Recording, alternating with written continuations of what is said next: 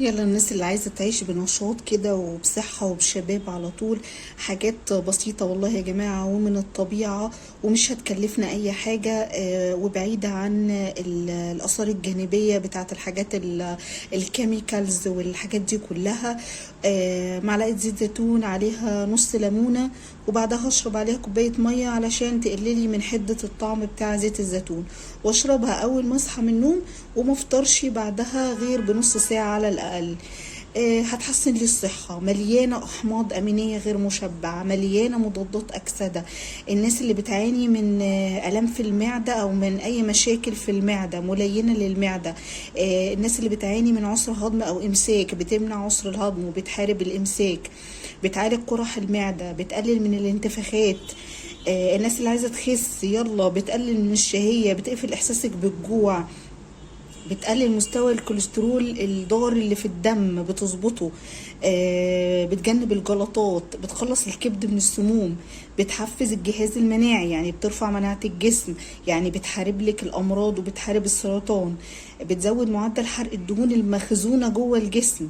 بتساعد على إفراز الكولاجين، يعني بتكافح التجاعيد وبتكافح الخطوط. الناس اللي عايزة بشرتها كده بلامبي وحلوة وممتلئة كده وما فيهاش علامات تقدم في السن وصافية كده من الحبوب والبقع، بتساعد جدا في تفتيح البشرة. بترطب البشرة جدا وبتديها لمعان وبترطب الشعر. الناس اللي بتعاني او اللي بيبقى عندها استعداد لتكوين حصوات في جسمها، في الكلى في القولون، بتساعد على تفتيت الحصوات وبتعالج الحصوات وبتحارب اصلا تكوين الحصوات في الجسم. بتحسن الذاكرة. الناس اللي عندها ضعف ذاكرة كده وبتلاقي نفسها يعني ما بتركزش كده كويس، بتحسن الذاكرة جدا وبتحارب الزهايمر وبتقوي القدرة على التركيز. واظبي عليها كده كل يوم واستمري عليها. والله يا جماعة الحاجات اللي من الطبيعة دي هي بس محتاجة وقت ان احنا نستمر عليها علشان تظبط لنا وتظبط لجسمنا نعرف ناخد فوائدها. اهم حاجة اهم حاجة اهم حاجة ان انا لازم اكون مطمنة للمواد اللي انا بستعملها. يعني زيت الزيتون لازم يكون من مصدر امن وموثوق فيه. في طلعت يعني انا شفت فيديوهات كتير بتقول ازاي تعرفي زيت الزيتون المغشوش من زيت الزيتون، وقايلين طرق كتير، معرفش الريحة الشكل.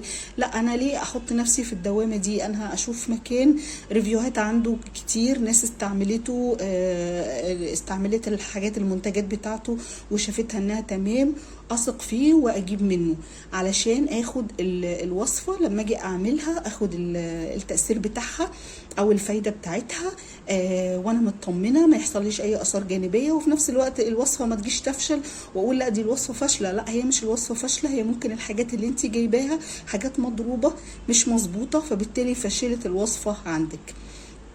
اتمنى الفيديو يكون عجبكم واشوفكم على خير الفيديو الجاي ان شاء الله.